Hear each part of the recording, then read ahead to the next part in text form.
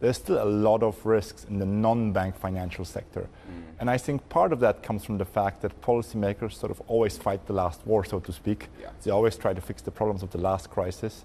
Now, I think there are some issues in non-bank financial sector. We saw of the LDI crisis in the UK. It was just 3 highly leveraged pension funds that led to all these issues in the gilt market. So I think pockets of vulnerability there remain.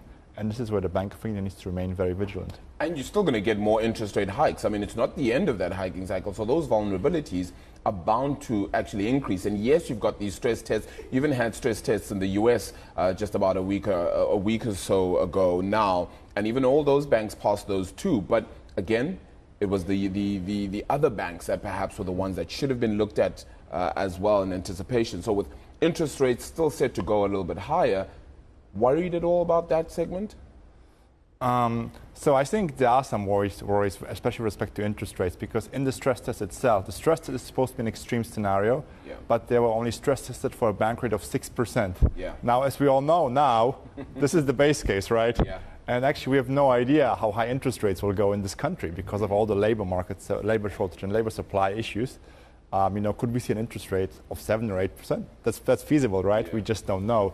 So I think they could have been a bit more ambitious there, and perhaps pushing it a bit higher. Yeah. Is there a sense of understanding that these, stress tests as they currently stand are doing enough? We've just spoken about that one element, right? I mean, there are other parts to this. If they assumed monetary policy tightening, of course, to 6%. GDP contracting 5%, unemployment more than doubles to 8.5%. Is this sort of enough to kind of say this is the ultimate stress, perhaps, to the economy? Or should we still be looking at what can go wrong still when it comes to these banks? Where are their vulnerabilities?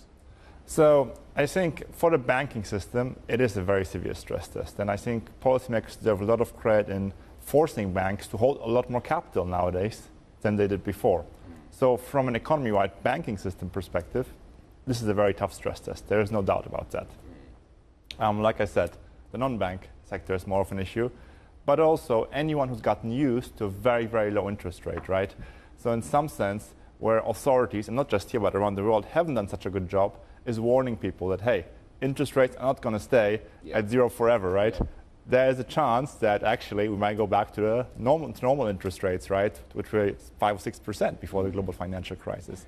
And I think this is an issue that authorities haven't done very well, but it's not just consumers, but also governments that have become very reliant on these low interest rates in the long-term financial plans. And again, we may also see more sovereign stress, perhaps not necessarily in the UK, but certainly across the world. Yeah, so a recalibration overall needs to kind of be done here. Is that what you're saying? I think so. I think going forward, once it becomes perhaps more evident that we may stay at these higher levels of interest rates for quite some time, governments, firms, households, everyone's going to have to recalibrate their long-term financial plans.